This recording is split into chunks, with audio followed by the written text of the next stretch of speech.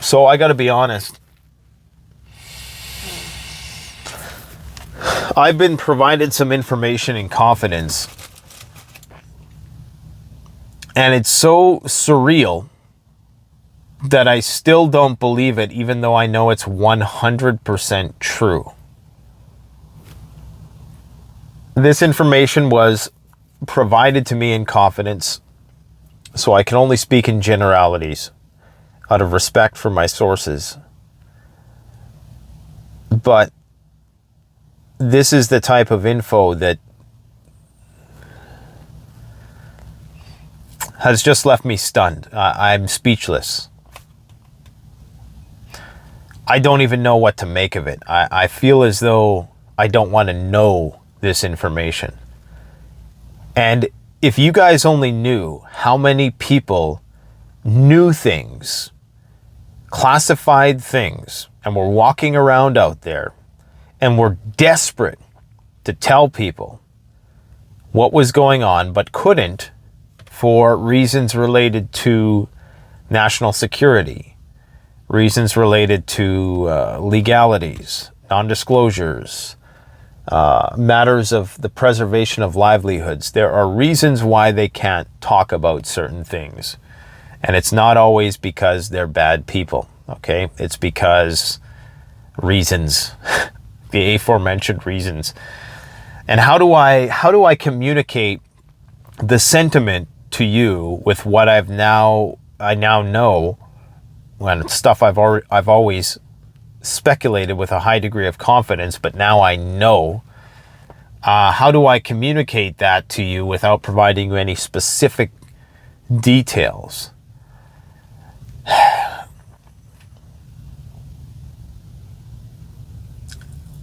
You realize when you monkey branch up the social influencer realm on YouTube, when you start touching the A-listers and you start orbiting that inner circle, you get close to what's going on, and you start to get insights as to what people's plans are.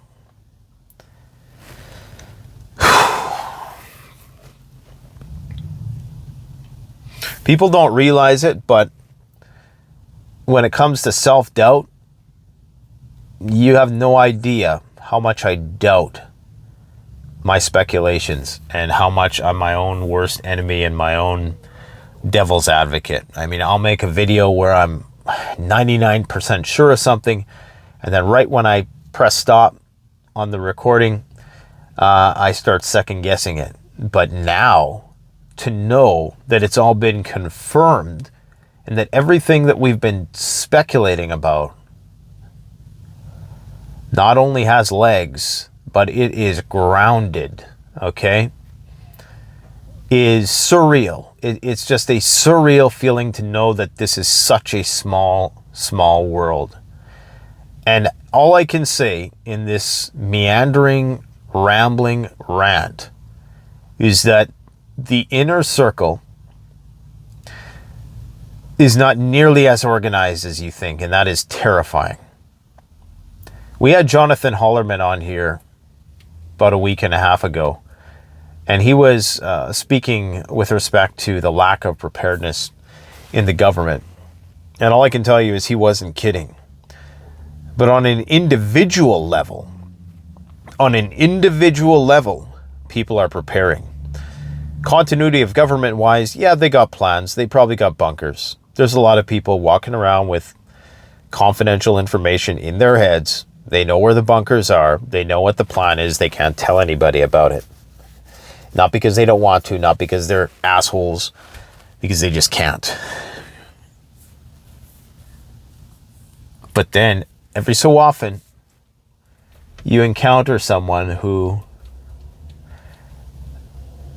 just, pulls back the veil a little bit.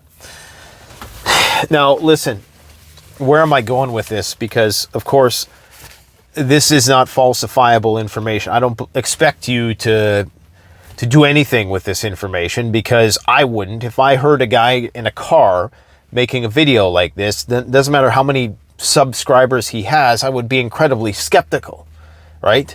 So this is the dilemma we're in, is that guy in a car is saying that he has 100% confirmation that the elites are preparing for the system to collapse. And I mean collapse. And he has no proof. And what, I'm supposed to believe this idiot? I know how it sounds. I know how I would respond to it. I would be typing the same comment that you're getting ready to type right now. Trust me. I would be saying, oh, this guy is just trying to sell me stuff. I would be saying, this guy's just a paranoid, delusional person. Just another fearmonger, just another perma-bear. I get it. I totally get it. There's a scene in the movie Leave the World Behind where the guy is on the phone with, or he's telling a story of when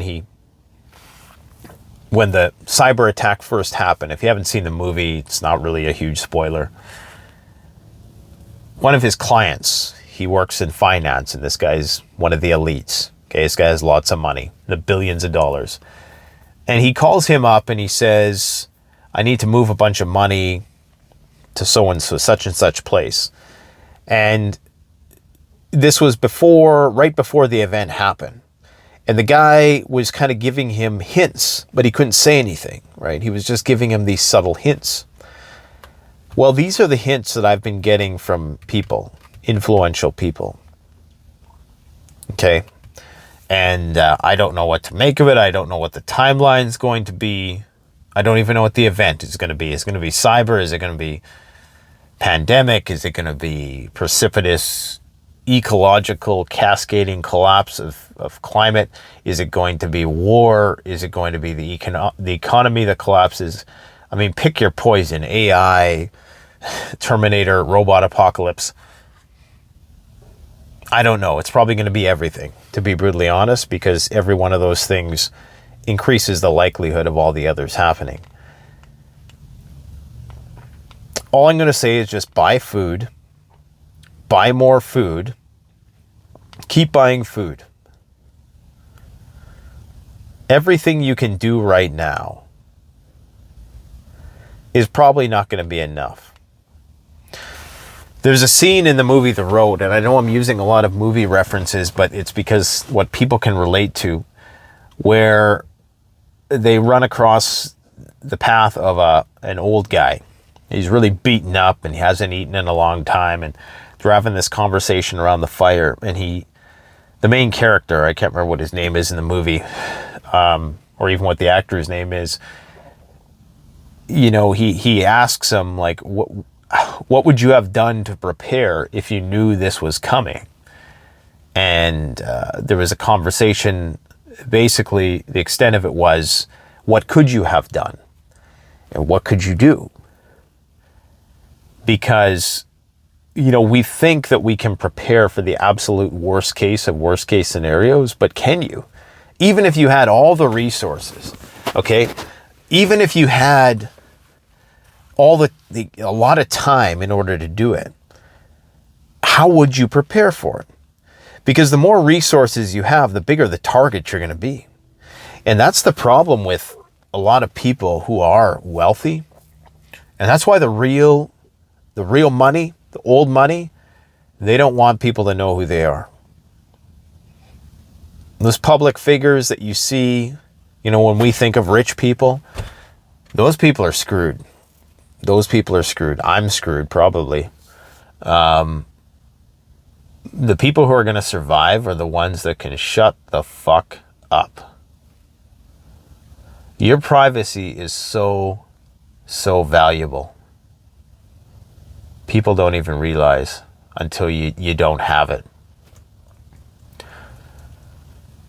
I don't know what to say. I don't know what to say, man. I just know it's still surreal. How do I communicate? I realize that I'm just scatterbrained in this stream of consciousness video, but this completely changes my point of view in the sense that I'm even more confident now in what we speculate about on this channel than ever before. And I just wanted people to know that. I mean, take it for what it's worth. And that's terrifying, because there's a part of me that wishes this was all just nothing. You know, it's like the closer you get to becoming good at something, the more you realize how not good you are at that thing, and you brag about it less. Like, you know, when you first get into a sport or you get into anything, whenever there's those small wins, you start to think, oh, I'm an expert, right? It's not until you actually get into the weeds of it and you start to really truly understand it with prepping, homesteading. It's not until you realize how vulnerable and how fragile it all is that you don't want it. You don't want it to come. You don't want shit to hit the fan. I don't want shit to hit the fan. In fact, a part of me sometimes I just want to turn it off and pretend nothing is going to happen. But I know I can't do that, especially now, knowing what I know. In terms of the information today, there's a lot of it. I've been receiving a lot of information. Why am I still wearing sunglasses when the sun is going down? Russia maintains its nuclear weapons policy, but the situation is changing. Now, this is different. This is different because Russia has always maintained throughout the entirety of the last 2.5 years that their strategic posture, their nuclear posture hasn't changed at all. And they've never made any sort of indication that they were going to change it until now, as they're currently running these tactical nuclear drills. But now they're talking strategy, okay? And my lights aren't working. Let me see here what's going on. Got some electrical issues going on. Maybe we don't need it. Russia sees no reason to change its nuclear deterrence policy, but the situation itself is changing and needs constant analysis. Russian Deputy Foreign Minister Sergei Ryabkov told reporters on Thursday. Now that might seem like a very innocuous statement, but it's not. This is not something the Russians say. If they're saying this, okay, when the Russians say they're not changing their strategic nuclear posture at all, that means that they're changing it. That means that they're increasing their level of readiness. When they say that they may have to change it, that's very serious. The Russians always downplay the bad news, much like we do here in the West. The doctrine and basics of state policy in the area of nuclear deterrence explicitly state that the possibilities for the first use of nuclear weapons, at the moment, he says, nothing has changed in this regard, but the situation itself is changing. As a result, the way basic documents in this field relate to the needs of maintaining our security is constantly analyzed. Ryabkov answered a question about the possibility of revising Russia's nuclear doctrine to include the possibility of a preventative strike. This is how much the situation is changing. You got to ask yourself, why would Russia be doing all this stuff right now? Right? Well, steadfast defender is peaking. There's a reason. It does most certainly pertain to those troops.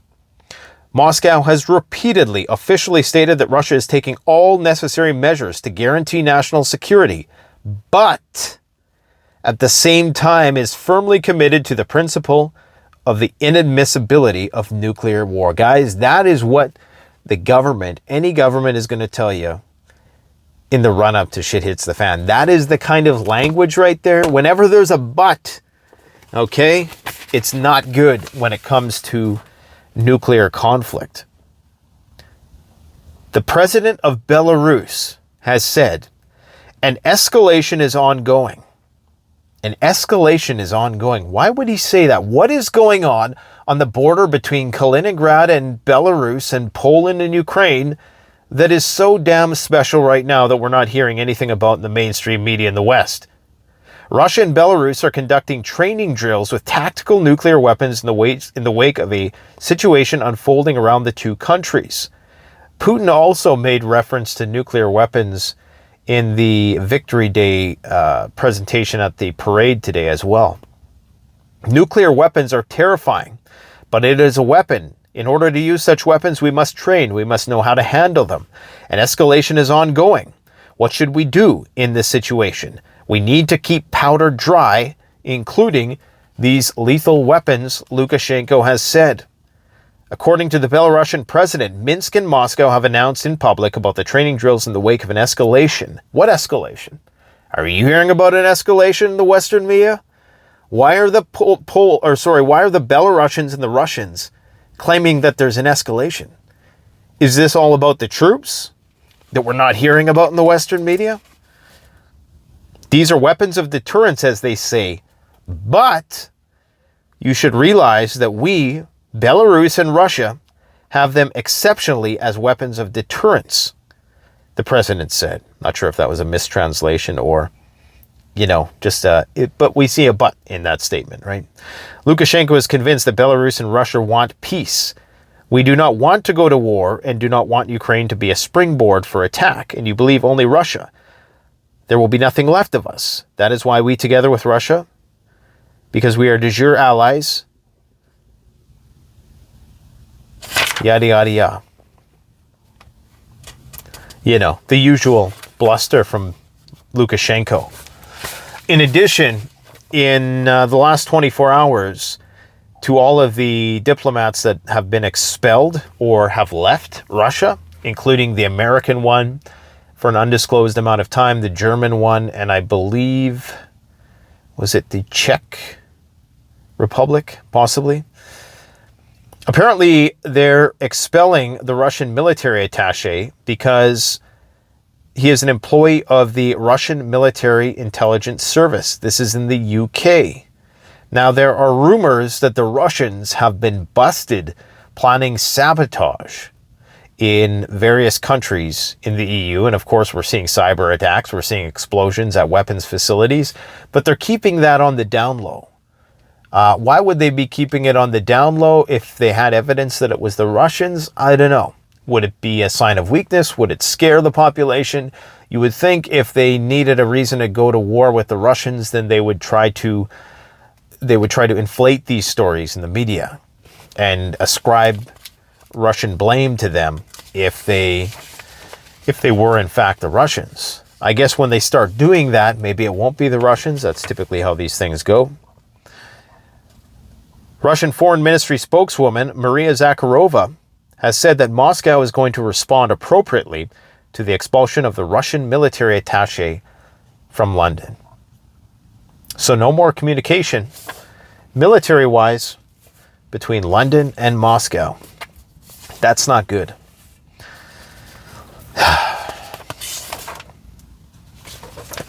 Ukraine continues attacks on Russian oil refineries, and oil is going back up again for some weird reason.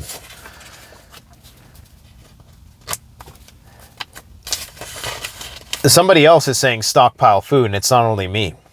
It's a guy we're going to try to get on the channel. I believe his name is it Michael Armstrong? Martin Armstrong, sorry. He's a renowned Wolf of Wall Street type guy who knows the markets quite well. He has a controversial past, but he's telling people to stock up 2 years worth of food. And this is on brand with what I know about the elite's preparedness, okay? Bank failures. Many of the big financial media firms are starting to say that we can expect to see a bank collapse, one a week. Some people are saying one a day. We're going to be interviewing George Gammon tomorrow, so I'm going to get more insights about what he thinks about this. He just did a video on it that was fairly enlightening. And George is a bear, but he's kind of more of on the optimistic end of the bears, I guess you could say. Or at least likes to have fun with it, which is what you have to do. If you're doing this full time, you have to have fun with this. But we could see bank failures. Gerald Celente is saying that he thinks the Fed's going to lower interest rates and that they're just bluffing about postponing the rate hikes. He thinks that they're actually going to lower rates. There's a lot of other stuff we could talk about here, but right now, just to give you, I only have a few minutes left on my phone to record, but my Polish source, or one of them, has informed me that there's a whole lot of heavy construction equipment that have Polish military license plates headed to the border with Kaliningrad. And this is confirmed by some information from my other source that suggests that they're going to the border with Belarus or Poland and Kaliningrad to dig trenches and basically fortify that border even more in anticipation of a potential conflict spilling over there. They're fortifying the border like crazy, but they're keeping very quiet about it. Okay? They're putting out all these tenders for construction equipment, and apparently they have very tight deadlines. We've seen that tight deadline situation with the UK earlier in the year when they commissioned the building of, what was it, like 400 military vehicles, and nobody knew why. And then all of a sudden, they came out with the information about troop deployments into Ukraine. Lithuania is going to be openly deploying troops to train Ukrainians. They're saying it's just training, it's not a big deal. In light of all the rhetoric about troops fighting on the front line, I'd say it's a pretty damn big deal.